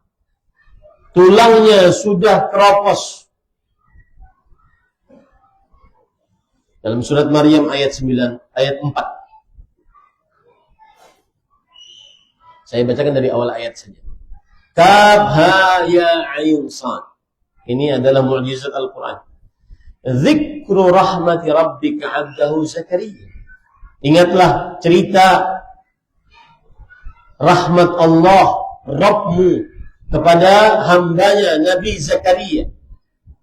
Idnada rabbahu nidaan khafiyya. Ketika Nabi Zakaria berdoa kepada hambanya dengan doa yang tersembunyi, lirih. Para ahli tafsir mengatakan innama akhfa du'ahu li'alla yunsaba fi talabil walad ila rau'unati likibari. Kenapa beliau berdoa dengan suara yang lirih? Agar orang-orang dari kaum Yahudi atau Nasrani tidak mengejek beliau. Karena beliau sudah tua renta, tulang sudah keropos, kemudian rambut sudah beruban, istri sudah menafus, tapi kau masih minta doa, minta anak, kau masih berdoa minta anak. Makanya beliau berdoa dengan suara yang lirih, agar tidak dihina, direndahkan. Ini para ikhwan dirahmati oleh Allah Subhanahu wa ta'ala. Ada lagi yang mengatakan innama akhfaru li'annahu ahabbu ilallah. Kenapa beliau berdoa dengan suara yang lirih? Karena lebih dicintai oleh Allah Subhanahu wa ta'ala. Ini konsep ikhlas. Semakin tersembunyi, semakin ikhlas. Dan semakin ikhlas, semakin didengar oleh Allah Subhanahu wa ta'ala. Saya jadi ingat ada video tersebar. Ada seorang syekh Abdul Razak mengatakan, di musim haji ini, sebagian orang kadang-kadang saat berhaji dia sering sekali foto, saat beribadah foto. Di Arafah sampai Jabal Rahmah foto. Setelah sesi foto tidak lagi mengangkat tangan. Berarti mengangkat tangannya cuma sekedar foto. Makanya saya sering mengatakan kalau sedang hajian atau umrohan, maka kasih tantangan kepada dirimu agar tidak ada satu status pun atau foto atau video pun dari umrah atau hajimu. Dan itu sulit. Walau hanya spill sedikit.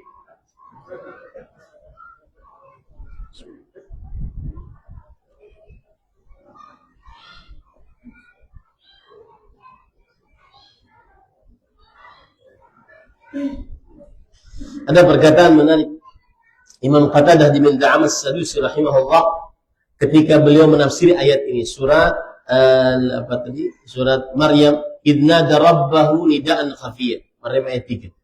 Ketika Nabi Zakaria berdoa kepada Rabbnya dengan doa yang lirih, beliau mengatakan, perhatikan perkataan, innallaha ya'lamul qalbat taqi wa yasma'u sawtal khafi. Allah mengetahui hati yang bertakwa dan Allah mendengar suara yang lirih. Maka para ikhwan yang dirahmati oleh Allah Subhanahu wa ta'ala, berdoalah kepada Allah. Dan doanya dengan suara yang lirih. Semakin lirih, semakin khusyuk kepada Allah Subhanahu wa ta'ala. Karena itu sebab turunnya ayat tadi. Jika bertanya kepadamu hamba-hambaku tentangku, maka sesungguhnya aku dekat.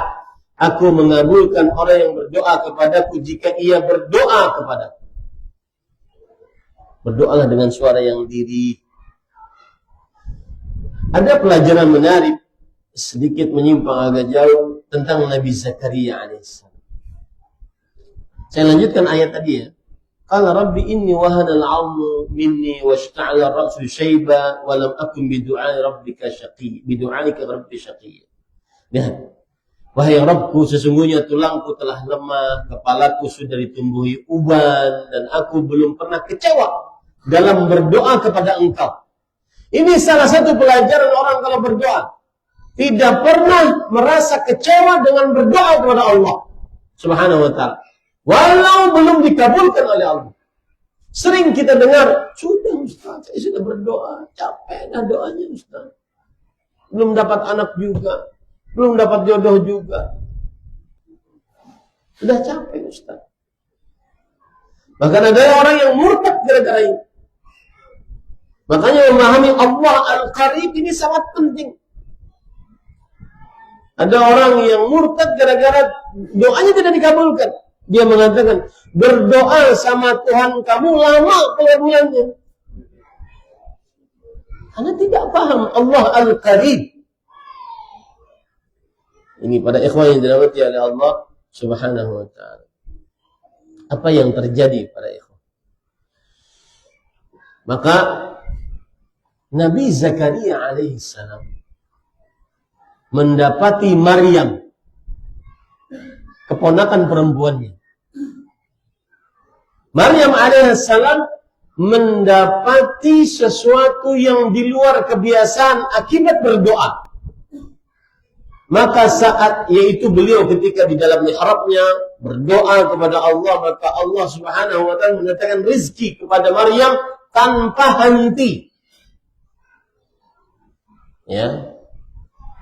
Nabi Zakaria bertanya kepada Maryam alaihissalam, "Anna laki hadha?" Qalat, "Huwa min 'indillah. Inna Allah yarzuqu man yasha' bighairi hisab." Dari mana engkau dapat makanan ini? Buah-buahan ini? Maka Maryam mengatakan dia datang dari sisi Allah. Allah yang memberikan petunjuk, memberikan rezeki kepada yang sebenarnya kehendaki. Saat itulah Nabi Zakaria paham bahwa Allah Maha dekat. Allah mampu sanggup mengabulkan doa walaupun dianggap manusia mustahil. Makanya ayat setelahnya Allah mengatakan apa? Hunalika, saat itulah, disitulah da'a Zakaria rabbah.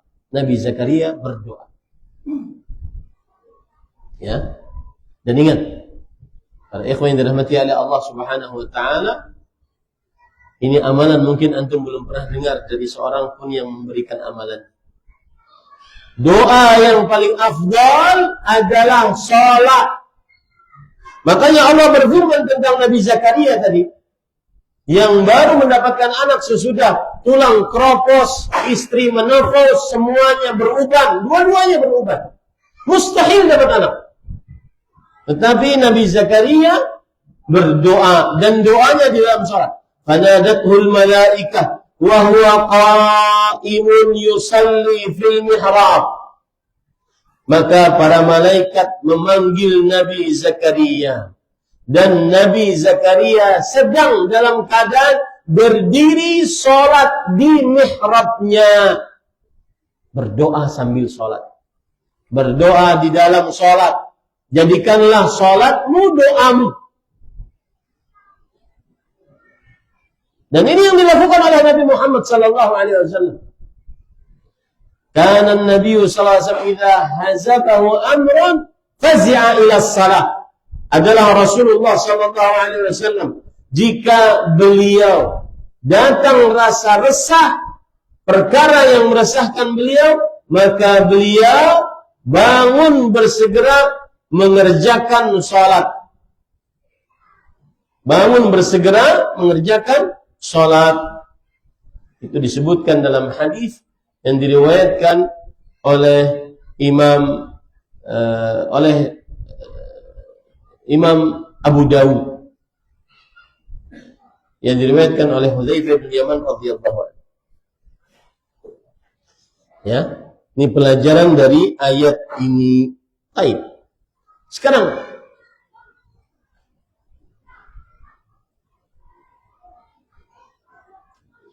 Imam Al-Qurtubi berkata, ini permasalahan.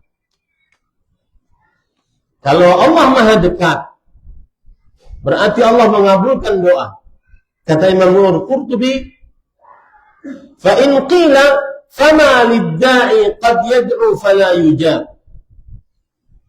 Kalau ada yang bertanya, kenapa ada orang berdoa tidak dikabulkan?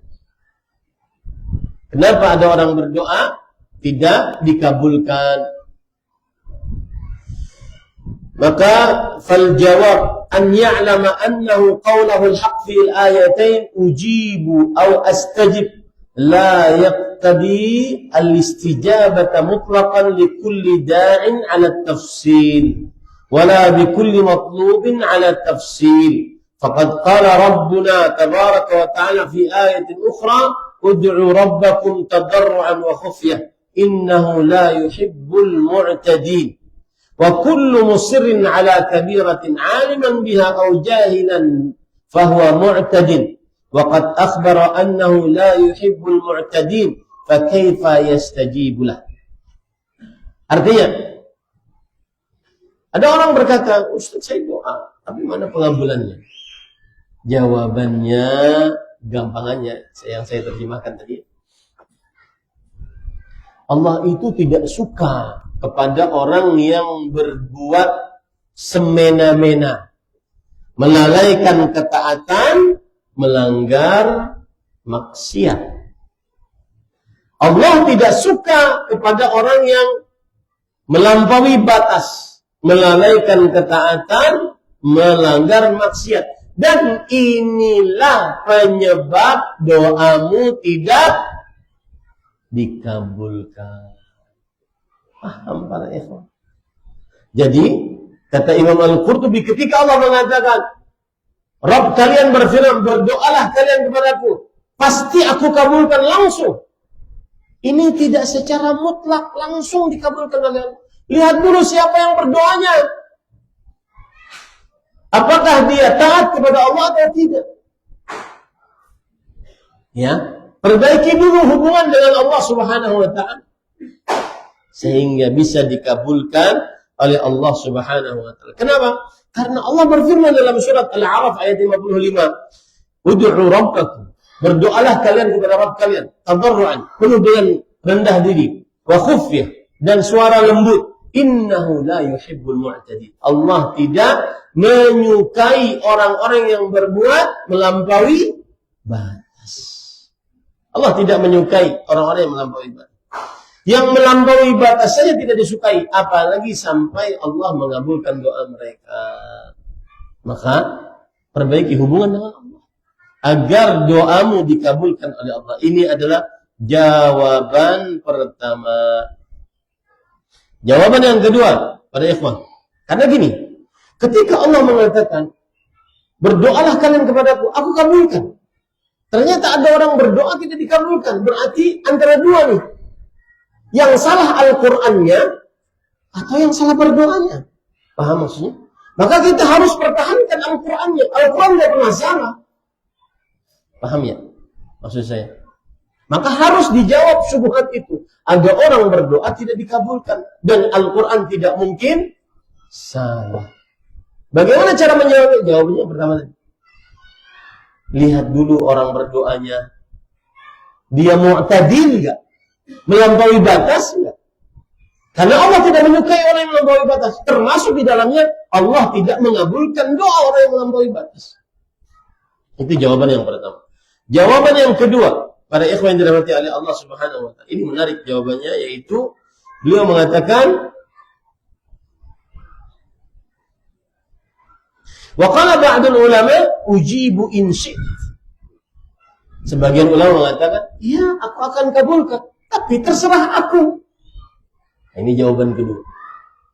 Ini yang membuat hati tenang.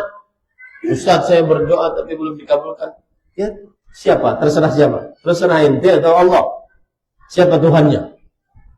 Allah. Terserah Allah. Oh, kabulkan di dunia sekarang, nanti di akhirat, atau Allah Subhanahu wa taala ganti dengan yang tidak dia minta, tetapi dia perlukan. Dan ini kadang kita tidak sadari. Ujibu in syi'tu. Aku akan kabulkan, tapi terserah aku. Mau dikabulkan sekarang, nanti 20 tahun yang akan datang. Ada Pak cerita, teman saya melamar perempuan 21 kali. Ditolak. Saya bilang terus berdoa. Ustaz, sudah 21 kali Ustaz doa. Gimana? Ditolak. Ternyata Allah kasih yang ke-22 lebih dari semua yang 21 itu. Kadang-kadang kita terlalu lancang dengan Allah Subhanahu wa taala.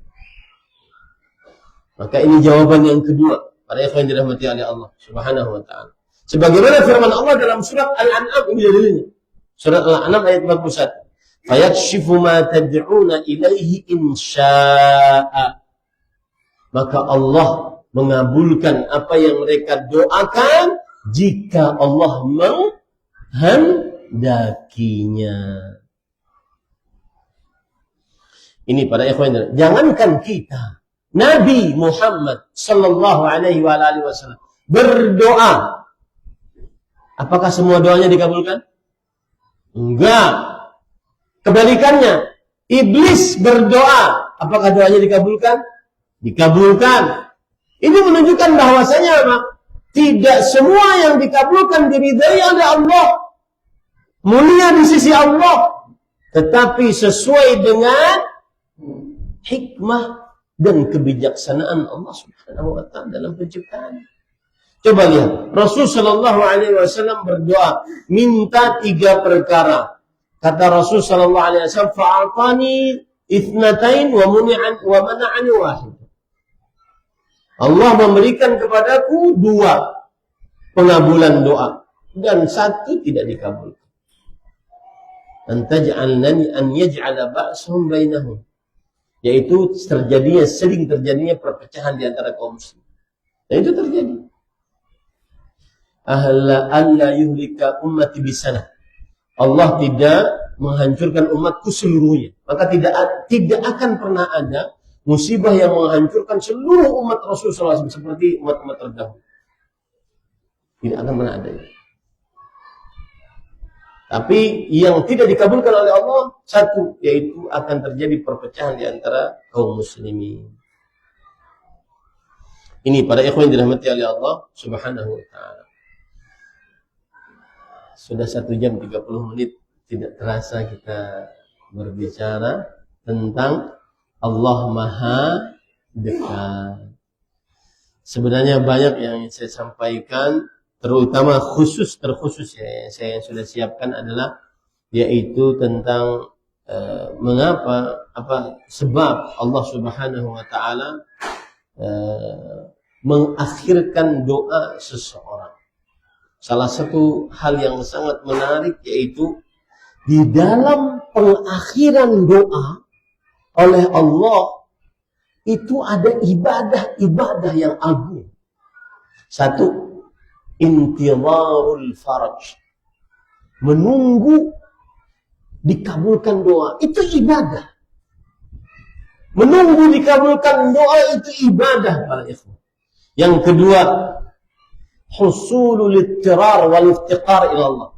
Kapan doa kita belum dikabulkan berarti kita semakin memakirkan diri, semakin berhajat kepada Allah. Itu ibadah kepada Allah.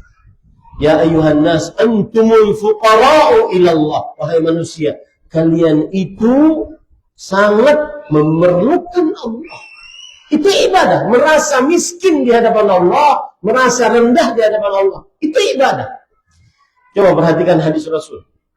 Ini agar orang semangat mengangkat tangan ya. Laisa syai'un akram 'ala Allah min ad-du'a. Tidak ada sesuatu yang paling mulia di sisi Allah dibandingkan doa. Imam Asy-Syaukani rahimahullah, ulama Islam abad ke-12 Hijriah. Di dalam kitab beliau Tuhfatuz Dzakirin, beliau mengatakan, mengapa orang berdoa itu ibadah paling mulia di sisi Allah? Karena dua hal. Li'anna fid du'ai izharu ajzid da'i wa qudratul mad'u. Karena dalam berdoa terlihatnya kita ini paling lemah di hadapan Allah. Dan memperlihatkan Allah lah yang paling kuasa. Itu saat berdoa. Coba lihat, kalau kita berdoa begini, kan lemah. Dan memperlihatkan Allah yang paling kuasa. Dan itu yang Allah paling suka dari hambanya. Makanya orang-orang yang berwukuf di Arafah sangat disukai oleh Allah. Asal jangan selfie. Kenapa?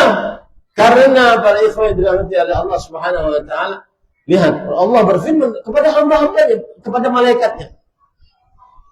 Haula ja'uni syuhsan ghubra, ma aradaha. Lihat wahai malaikat itu, lihat hamba-hamba mendatangiku dalam keadaan penuh lusuh, debu. Allah sangat suka melihat hambanya yang sangat memiskinkan dirinya di hadapannya. Memperlihatkan dia sangat perlu kepada Allah Subhanahu wa taala. Lihat, penghuni surga yang paling terakhir masuk ke dalam surga. Paling terakhir masuk ke dalam surga. Paling terakhir dikeluarkan dari api neraka, paling terakhir masuk ke dalam surga. Apa yang dia katakan? Kata Allah Subhanahu wa taala, kamu cuma punya satu permintaan. Setelah itu tidak ada lagi boleh. Kemudian dia mengatakan, Ya Rabbi, qarribni inda babil jannah. Jadi permintaan pertama, jadi misalkan di sini neraka, di sini surga ya.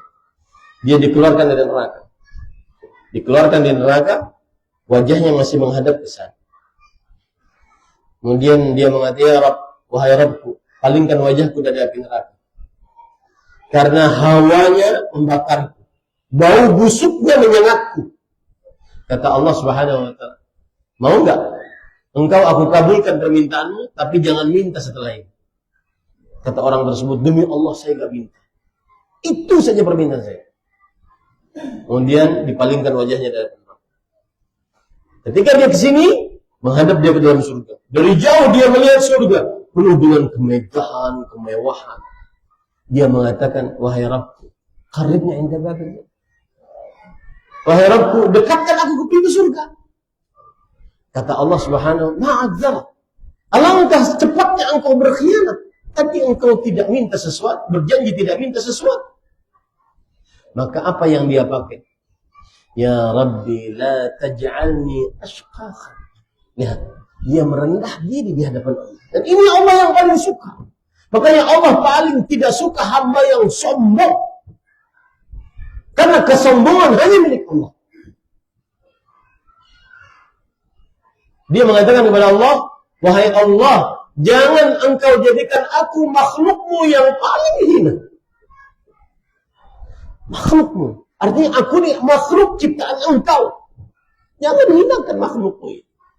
Itu yang paling Allah suka. Nah, di dalam pengakhiran doa, pengakhiran pengabulan doa terdapat itu. Itu yang kedua. Ibadah memfakirkan diri di hadapan Allah. Berhajat kepada Allah. Itu ibadah kepada Allah Subhanahu wa taala.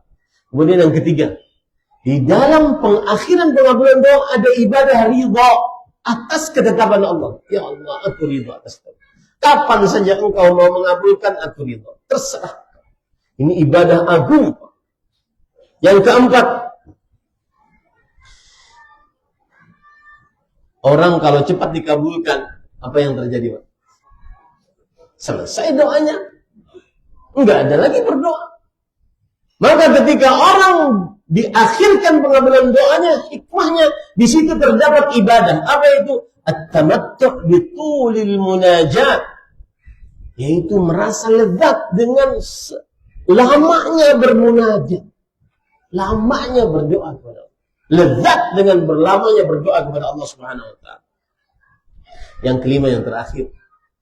Kalau orang lambat dikabulkan doa oleh Allah, mujahadatu syaitan wa muraghamatu. Dia akan melawan perasaannya, melawan syaitan. Enggak, saya masih punya Allah. Allah pasti ngabulkan. Enggak. Allahmu lama. Mendingan minta sama Yesus. Minta sama salib. Minta sama patung. Minta sama sapi. Cepat kabul doanya. Maka pada saat dia lambat dikabulkan doa, dia bermujahadah melawan syaitan. Dan itu ibadah kepada Allah. Inna syaitana lakum aduun fattakhidhuhu aduwan.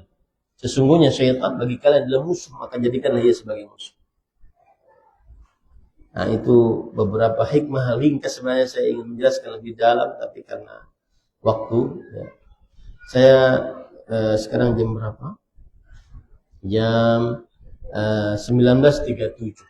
Baik. Ada waktu sekitar 10 menit. Habis itu kita sholat isya. Jika ada yang ingin ditanyakan, dipersilahkan. Nah.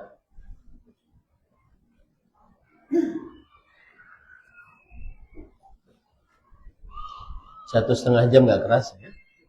Nah. Waalaikumsalam.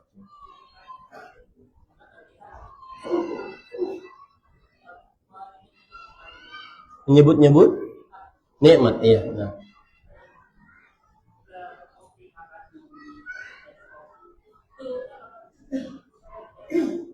Apakah bisa? Oh, ya, sangat bisa. Sangat bisa. Lalu nanti akan dibantah. Lah kita kan ingin bersyukur, Ustaz. Nah, saya tidak pernah melihat ada orang yang paling ngeyel kecuali zaman media sosial. Karena semua perkataan ahli agama kadang-kadang dibantah oleh mereka. Mudah-mudahan kita semua yang hadir ini jangan suka membantah perkataan ahli agama.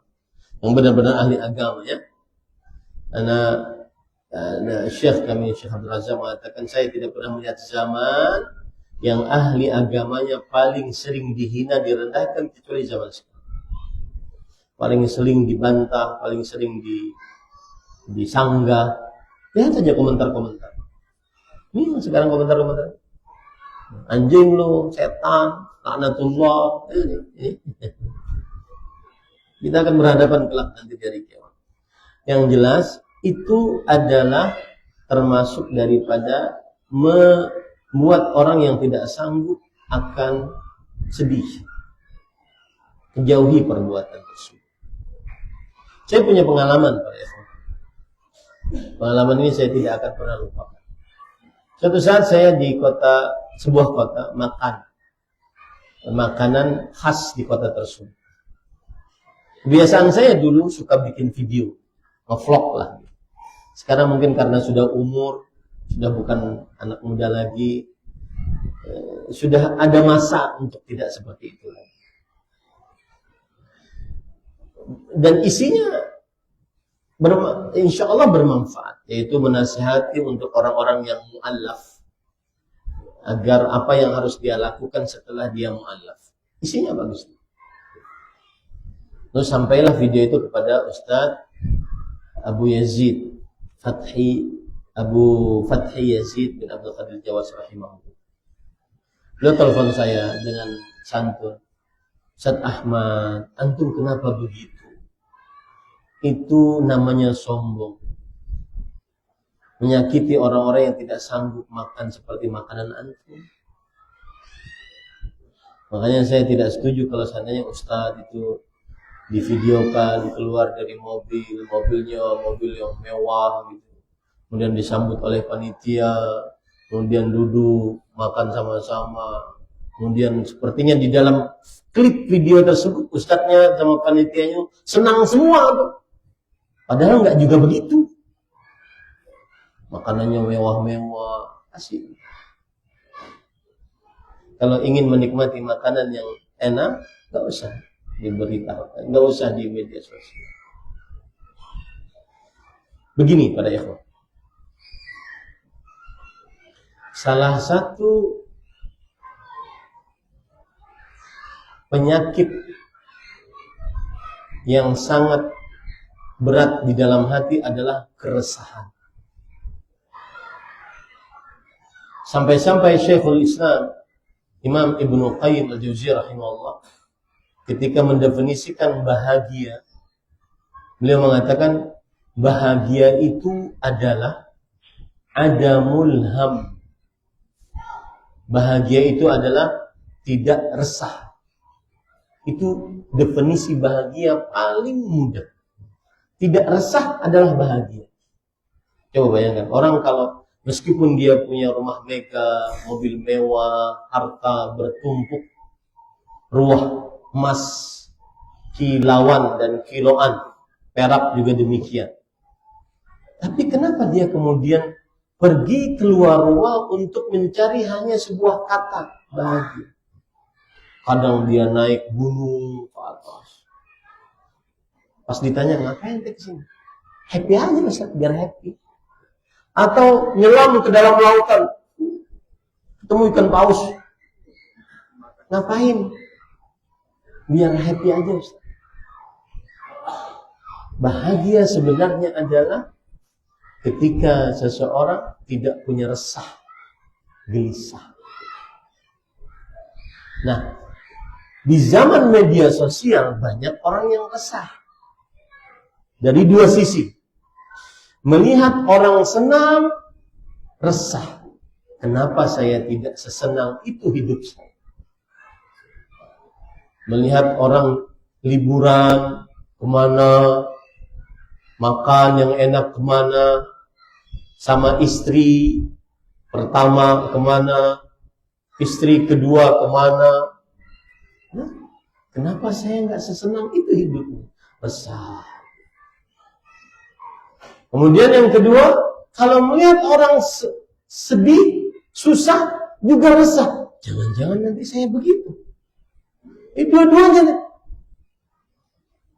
Ya, dua-duanya. Maka jangan sampai kita termasuk orang yang membuat orang resah, tidak bahagia, itu berdosa. Maka kalau ingin makan yang enak, menurut kita enak, ya makanlah, tidak perlu harus ditampilkan. Dan saya juga berpesan kepada yang mungkin sedang diberikan oleh Allah kelapangan rezeki, nggak perlu beritahu-beritahu. Ya, tidak perlu. Kalau memang tidak terlalu penting untuk memberitahu. Karena Allah sangat mudah menjadikan orang yang lapang menjadi sempit dalam sekejap. Ya. Walaupun dengan dia usahanya punya saham sekian, Allah Maha Kuasa menjadikan yang lapang menjadi sempit. Ingat penduduk Sabah yang tidak beriman. Laqad kana li sab'in fi maskanihim ayatan. Jannatun an yamin wa shimal. Sungguh telah ada di dalam penduduk Sabah dua tanda kekuasaan Allah. Surga di kanan, surga di kiri. Tapi mereka menyembah matahari. Allah Subhanahu wa taala menggantikan nikmat dengan nikmat siksa. Maka siapa yang mungkin dia memperlihatkan kemewahan-kemewahannya, dikhawatirkan nanti dia diganti oleh Allah dengan nikmat atau siksa dari Allah Subhanahu. Kemudian yang kedua adalah tidak semua orang kita bisa, karena nanti ada yang berkatakan, bukankah kita harus menceritakan nikmat kita, Ustaz? Maka jawabannya iya, tetapi tidak semua orang kita bisa ceritakan. Lianna kulla dhi ni'matin mahsud. Setiap yang mempunyai nikmat pasti ada yang hasad. Gitu ya Pak ya? Wallahu a'lam. Nah, satu lagi. Waalaikumsalam.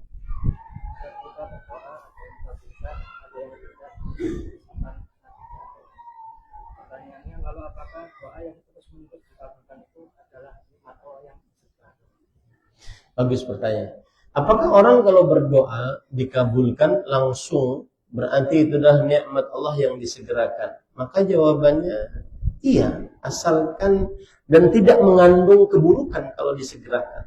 Asalkan dia bersyukur atas pengabulan doa, kemudian nikmat yang diberikan oleh Allah tersebut dia gunakan untuk ketaatan, bukan untuk kemaksiatan. Saya paham maksud antum. Berarti gini, kalau orang dikabulkan doa segera, berarti itu seakan-akan nanti dia masuk ke dalam istidraj. Artinya diulur oleh Allah Subhanahu. Bisa jadi kalau dia tidak taat. Ada orang nggak sholat, tapi doanya dikabulkan terus oleh Allah. Nah itu istidraj. Karena dia tidak sholat, maka Allah berikan kepada dia sampai nanti dia mati dalam keadaan su'ul khatim. Allah. Tetapi bukan berarti kita ingin bahwa ya sudahlah nanti aja pengabulannya di akhirat. Enggak. Yang bagaimana kita, apakah kita saat berdoa kita taat kepada Allah, kemudian pemberian Allah tersebut kita gunakan kepada ketaatan atau tidak. Seperti itu. Intinya tidak semua orang yang dikabulkan doa itu berarti adalah istidraj yang buruk dari Allah SWT. Allah. Ini yang bisa disampaikan bapak-bapak, ibu-ibu, saudara-saudari jamaah musalla al-hadid, mudah-mudahan jadi masjid ya. Karena sepertinya sudah cocok jadi masjid. Dan saya menasihati kepada jamaah sekalian, mungkin saya akan berkunjung lagi ke sini, tapi dengan syarat harus sudah selesai. Kalau belum selesai, saya tidak akan datang ke sini. Dan biasanya yang saya beri syarat seperti ini, jamaahnya semangat. Beberapa daerah yang saya beri syarat seperti ini, jamaahnya, Ustaz, masjidnya sudah selesai, kapan Ustaz datang? Ya. Dan mudah-mudahan diselesaikan oleh Allah Subhanahu Wa Taala. Saya berpesan agar jamaah sekalian bekerja sama untuk menyelesaikan masjid ini sehingga semuanya bisa nyaman dan juga bisa dimudahkan kita untuk duduk di majelis ilmu, menuntut ilmu dengan benar-benar mendalami ilmu agama, bukan hanya sekedar tabligh akbar yang bersaing retorika, bersaing tangis-tangisan. Enggak, kita belajar ilmu agama untuk beramal. Belajar ilmu agama untuk beramal. Bukan hanya sekedar pintar-pintaran retorika, pintar-pintaran tata bahasa. Demikian, semoga kita bisa berkumpul lagi dalam majelis-majelis ilmu yang lain di dunia. Kalau seandainya tidak sampai berkumpul lagi di dunia, saya ucapkan sampai jumpa di surga firdausnya Allah Subhanahu wa taala. Subhanakallahumma bihamdik, asyhadu an la ilaha illa anta, astaghfiruka wa atubu ilaik. Wa sallallahu nabiyana Muhammad. Alhamdulillahirabbil alamin. Wassalamualaikum warahmatullahi wabarakatuh.